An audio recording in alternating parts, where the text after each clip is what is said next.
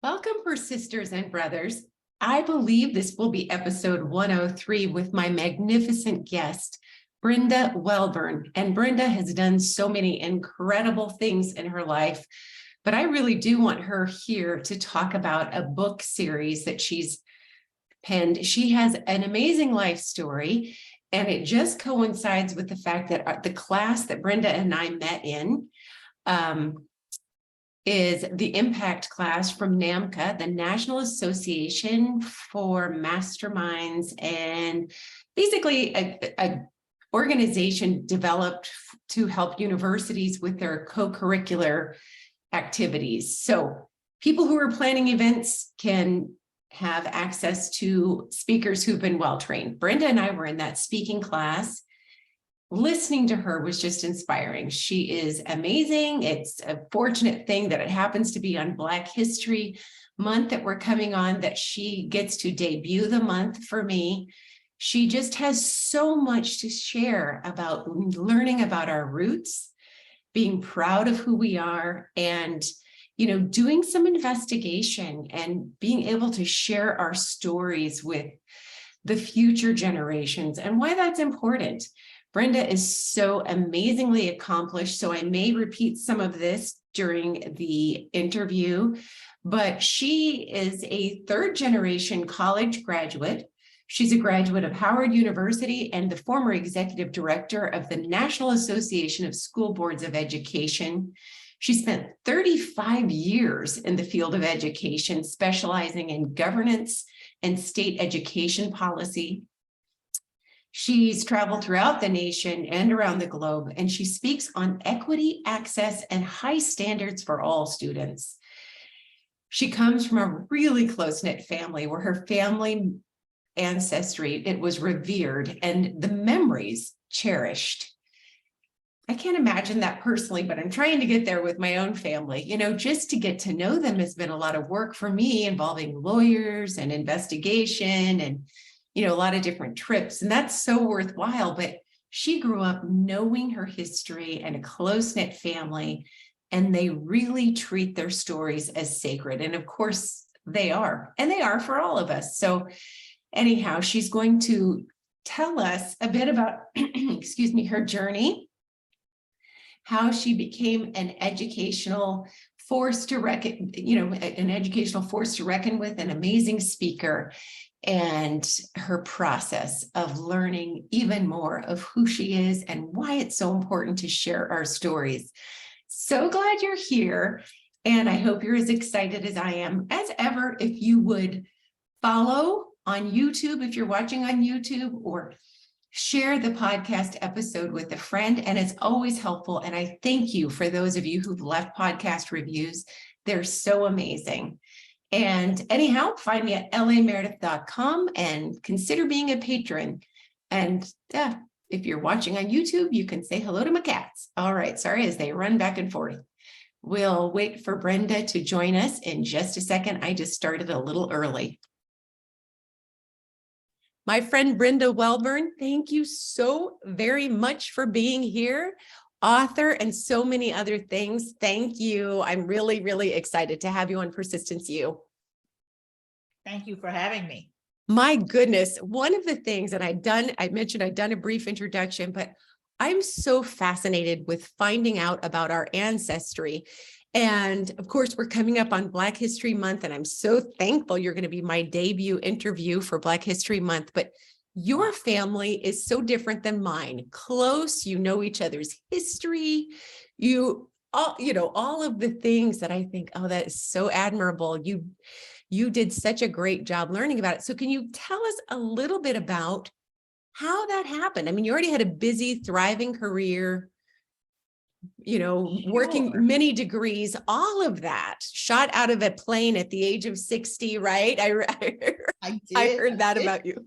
So tell us a little bit about yourself and how that passion turned into your writing and speaking. It's interesting. I've always been fascinated by history in general. And I grew up in New York, but my mother was from Georgia. And during segregation, when we would travel during the summers to see them, I knew that there was a difference in the way Okay. my cousins lived, in the way I lived. When we got to Washington, D.C., if we took the train, we had to get in the segregated cars. Okay. Wow. We drank from the colored water fountain, as they called it. When we were actually there, we were Catholic, which my mother's family was not. If we wanted to go to the Catholic church, we had to sit in the balcony and things like that. So I always found it interesting, but I never thought I would write about it. My sister, on the other hand, loves the whole genealogy thing. She did the DNA testing. She does the ancestry. She's done the research. Love it. And a few years ago, Lena Horne is also from Georgia. And Okay. some of my cousins decide, and she has relatives whose last name is Calhoun. So some of my relatives decided that they were related to Lena Horne. Oh, okay. And my sister said, no, you're not. And she went to explain the difference in these two Calhoun families from the same area. You would not believe how angry people got with her. And I said, what are you, nuts? I said, it's not as if maybe our names of our ancestors aren't famous, but they were highly accomplished. If our great-grandfather could be born into slavery and then send 7 of his 9 children to college, that's a heck of an accomplishment. That's huge. But it still didn't resonate with them. And so I said to my sister, you really need to write this down, because our great aunt was the storyteller. She had passed on. A lot was lost with her. Okay. I said to my sister, when we're gone, it will be gone. That's right. Because this younger generation, they don't know. And she said, I'm not a writer. I like the research. I said, oh, heck, I'll write it. Because when you talk about persistence, I am that person. Right. Persist. And when I first started writing, I thought, well, nobody wants to read who begot who, which is why I've always been a storyteller. And I decided I would come up with the time travels of Annie Cestry. I think that's fabulous. That was the beginning of it. And the first book, Sly as a Fox, we have less information. Fox was my great-great-grandfather, Missouri's father, who we found his voting registration in 1867. Oh my goodness. So he was the first one shortly after the Civil War to register to vote. So I could make up all kinds of stories about him and what it meant for a Black man in Georgia to register, and the trials and tribulations, which led me to read lots of other books and that kind of thing. But the second book, Missouri's Memories, and Missouri was one of his daughters. That's when I realized that Missouri taught her husband Joshua to read, but I knew much more about some of those characters. I knew that my grandmother suffered brain damage in childbirth because she couldn't get health care. Oh my goodness. And so writing the second one was a little more gut-wrenching because it involved my mother and so many people that I actually knew, and the stories that you can't tell because they would be hurtful to some people. And yet you don't want those lost either. Right. Can you go back for a second? You talked about doing research and finding out a little bit that a certain family member that everyone revered for making all these accomplishments, you learned something different. Not a negative thing. You learned that there was more to celebrate. Well, it was interesting because he married Missouri McElmurray. Joshua Calhoun married Missouri Calhoun, and he was a very successful businessman. Mm-hmm. Over 1,000 people attended his funeral. He had sharecropping. If you read his story, you go, wow. Then you start to dig a little further. My mother, who will be 100 in April, is still living. Oh my goodness. So having a different conversation with her about her grandfather, there were things that she said that stunned me. She said, he was mean. Right. I thought, wow. And so some people say, well, stern because of the times in Georgia. Right. But what we did find was when we went back, and my sister, thanks to her research, and looked for the marriage license and other documentation early in their marriage, we realized he could not read or write. He could only make his mark. And my great-grandmother, Missouri, on the hand, was quite proficient because her father was determined that they would go to school, that they would learn to read, that they would learn to write. And which is why it was my great-grandmother who taught him to read and write.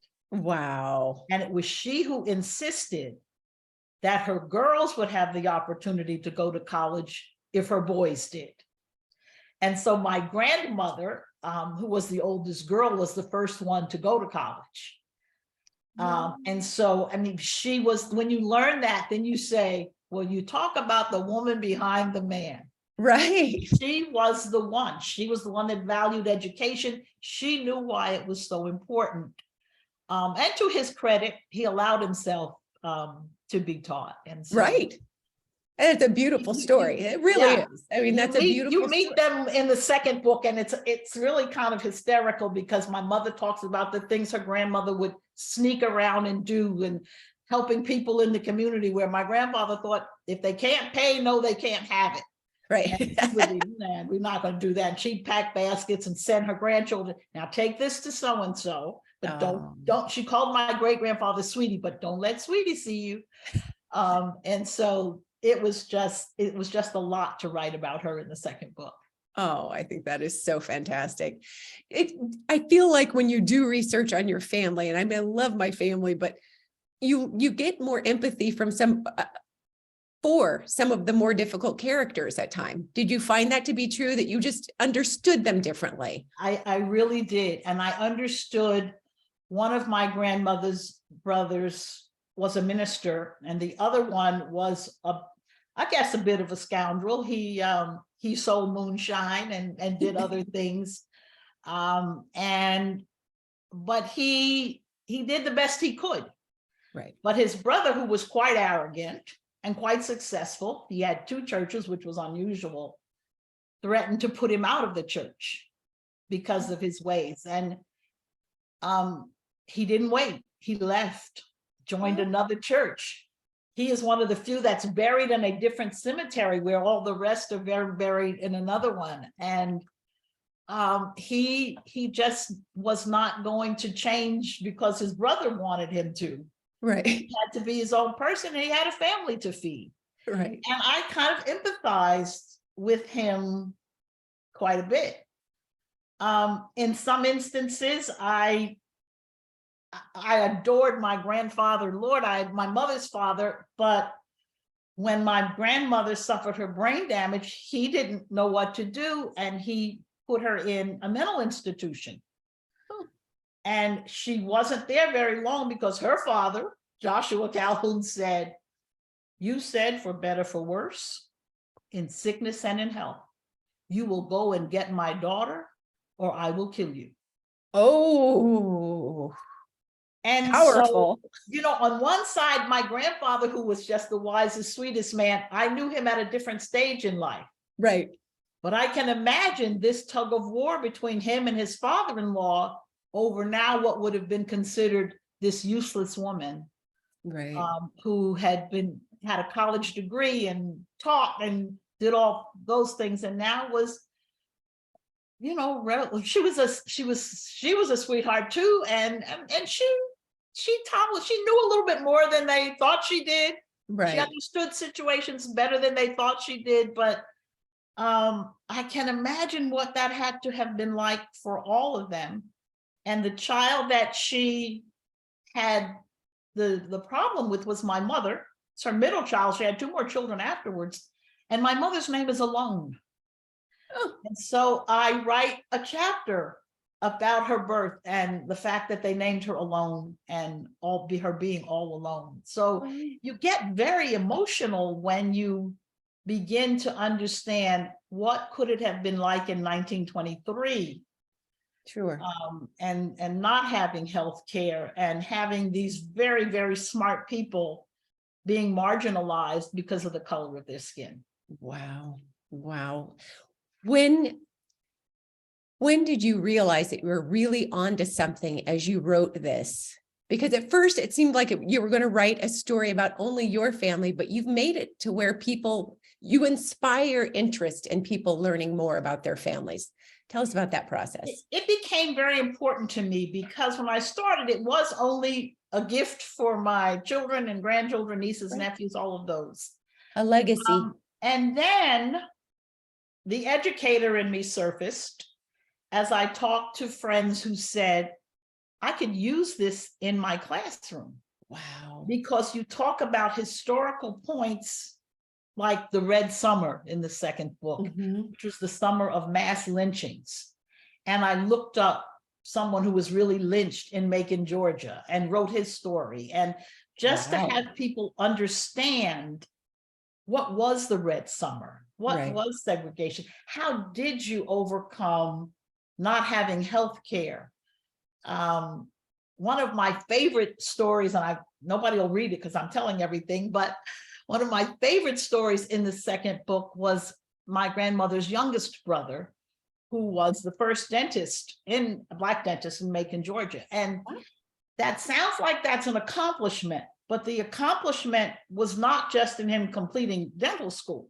It was in his perseverance, because they had a practice of, when you turned in your application, marking the application of Black applicants and then failing them.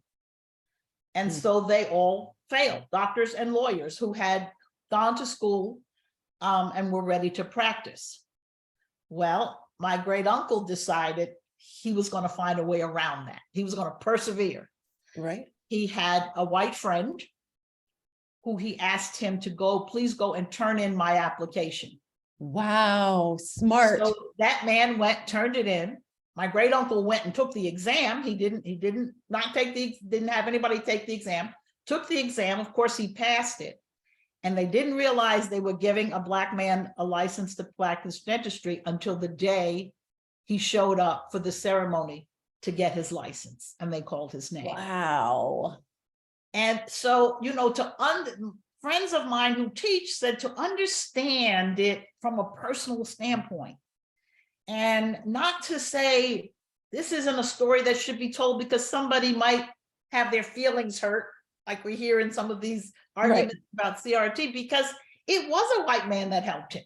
Right. If it wasn't for that man, he may never have gotten a license to practice. And his son said to me, well, the funny thing is, my father probably would have practiced dentistry anyway. He would have just done it without a license, because unless they could find out and fine you, because they were good for fining Black people, no white dentist would treat any of them anyway. So he said he would have found a way, but he liked the way he found much better. Oh, I think that's so great. And it also speaks to, like you said, persistence, but that mindset of, it's not like he didn't say to himself, I'm not going to be able to do this. He said, how am I going to be able to do this? Yes. And found a way. I mean, that was brilliant. That is so smart. And how exciting, Yeah. Those are good stories. So were you working? Well, you're still working, but were you working at the time full time when you started writing this, or were you? No, I had retired and was doing just consulting work, which is what I do now. I love it. Okay. And the first one, it was just such a labor of love, and it was fun. I was probably naive in thinking about how you promote a self-published book. Sure. There's a lot to be learned from that, and people, if they want to do that, I love the route because I controlled it. But if you're looking to have a New York Times bestseller, that's probably not the way that you're going to get it. And then, unfortunately, the pandemic came during the time when I had booked book signings and other events, and they were all canceled. It was before we really got comfortable using Zoom. Right. And so it was discouraging. And so when I started writing the second one, which is far more personal because of the people I knew, it was tougher because I didn't know where it would go at the end. I was still going to self-publish, but I was a lot smarter then and a lot more realistic about, well, this may only be for your children and grandchildren. And then I had to decide that's okay too. Right. And that's wonderful. What would you tell younger people, or any people, is the importance of knowing their family history? Because I know this is a passion of yours, as is education. A passion. And it's, we were talking earlier about presentations, and I'm doing one later next month, and I titled it The Black Experience, Lessons in Resistance, Persistence, and Triumph. Oh, I love it. And the reason I did that is because if you look at your history, the resistance was there from the very beginning. We're a nation built on resistance, right? Quite frankly. But then the persistence really came not just from the enslaved, but from those who suffered in the perils of segregation and the rest of that. And the triumph came. We are the triumph, right? And I would tell college and younger people, you are the triumph, but you have to remain vigilant. I would not have thought when I was in high school and watching the passage of the Voting Rights Act, that voting rights would still be an issue. Right. When I was an old lady. And so I would tell them, you have to hold on to your rights, to all that your ancestors gained, and you won't be able to do that if you don't have a sense of how much they gave up, how much they persevered in order to get to that point. And it's fun. I mean, some of the most fun stories I left out, but if you think that, the Housewives of Potomac have some stories, well, I can tell you a few that are not in the book. And so if you're a lover of stories, right, your own family stories can give you, they're a hoot. That's all I can say. I love it. Find out that there are some real interesting tales to be told. And I also love that it sparks, knowing our stories, it does spark that love of education too. I mean, it's a form of education, but I was substitute teaching this year, and sometimes it's so discouraging to see how disengaged students are anymore. And well, as are sometimes educators, it's a little bit scary. And, I think that people take for granted the opportunity to have an education, and, your family is like on it. I mean, it seems like you have set a standard that generations now will follow in that template. I mean, what are your thoughts on how to get people interested again? Stop saying that they're going to go to Google and learn something and, get a real education. Elizabeth, I worry about that. Maybe my grandchildren will go to college. Right. But maybe not. They are being swayed in a direction that I don't know that they understand, that TikTok and YouTube and the rest of it, and everything is visual and digital and quick. Right. Quick. Reading a book takes time. They would rather wait for the movie to come out. Right.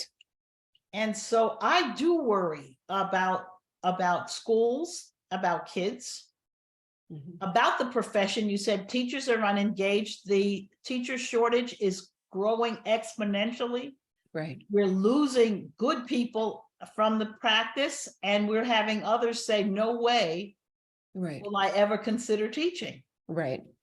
And my college roommate, before she retired, she was in Chicago and she had a class. She called me, she said, how does this sound? I have 18 kids and an aide. And I thought, decent, third grade, She said, of the 18, 11 of them are the oldest of 5 children or more. Wow. So that means mama was having a baby every year. Wow. And so when they came to school, they weren't looking for a teacher. Right. Miss Colbert, I hurt my finger. Miss Colbert, my brother did this. And she said she knew she was done. Oh. Because she wasn't teaching anymore. She was mothering. Right. She said, I'm a mother 2/3 of my day, or a grandmother. I'm hugging, I'm listening, but I'm not teaching.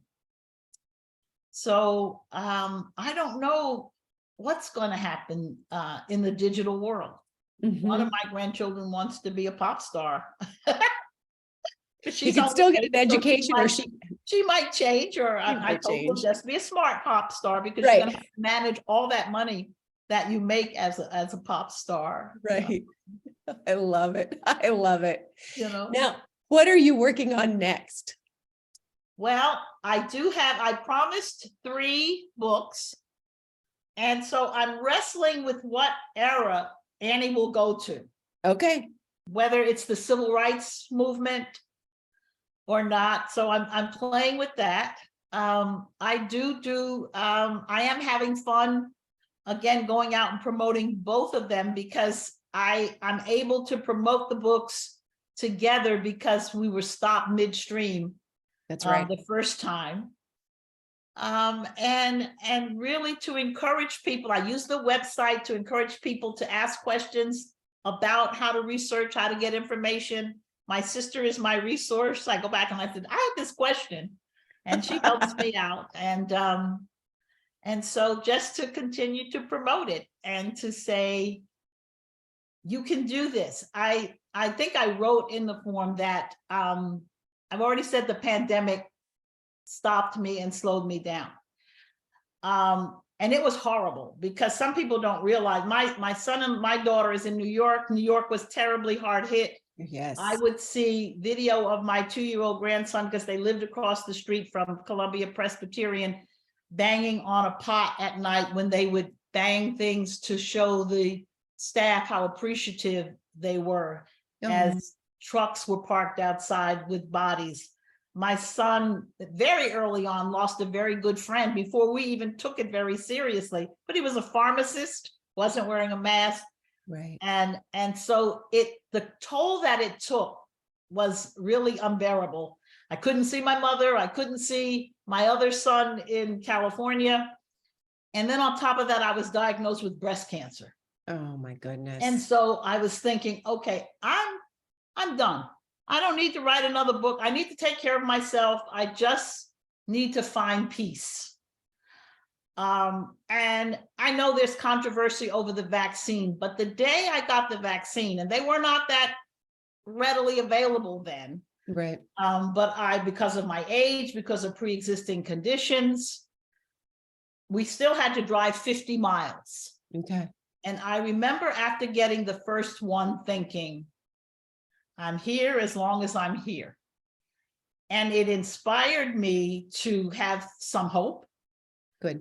And to get back to work. Right. Because I hadn't finished the second book at that time, to get back to work on the second book, to get back to traveling, because I said, I'm not going anywhere. I'm not getting on a plane.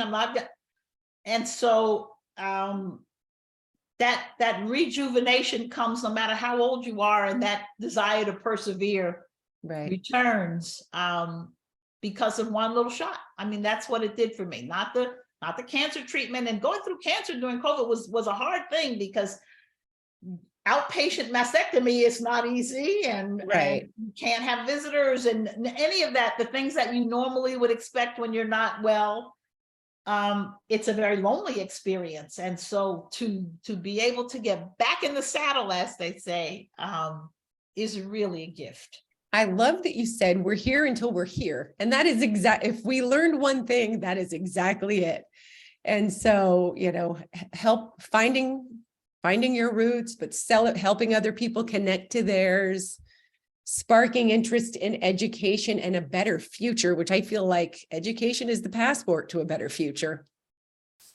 And continuing on with travel and fun things. I think that is so great. I remember in class, you mentioned that you'd gone to almost all the continents, if I'm not mistaken. Antarctica is left. And there's a cruise that goes to Antarctica that I don't think I'll fly there, but the cruise I'm trying to convince my husband is a good trip to take. I think it sounds good. That is also on my bucket list. And I've heard that if you go to certain places in South America, you can book that trip a lot cheaper than if you book it from here. So good to know. I am team you going to Antarctica and telling me how it is, so that then I can figure out how to afford it. You just get old and you save your Social Security. Where can people connect with you and buy your books and find out more about what you're doing, or maybe even book you to speak at their grade school or junior high school or college? Very kind to ask. BrendaWelburn.com is my website, and you can connect and ask questions and engage and tell me all kinds of things. You can purchase the book the usual place is Amazon and Barnes and Noble, but if you buy it on BrendaWelburn.com, it comes signed. Oh, And it can be personalized if someone wants it. So yeah, real simple, just me, BrendaWelburn.com. and that's one L, is that correct? One L, yes. That sounds absolutely fantastic. And they say in book marketing that podcasts are the new book tour. So I'm so honored that you started your book tour, or continuing it with me. This is the start. This is my first podcast ever. So I love it. Well, thank you being here so much for this. I have loved every bit of it, and I wish you all the best. I know I'll see you in the future. We'll have to arrange to get on a panel together. We will, and I appreciate that. And I've always said there are no coincidences. That's right. The universe puts people in your life because they're supposed to be there. So we connected. That's right. In our class. And so I think that this is a very special relationship. Me too. Thank you so much. And let's keep it going. Let's keep it going.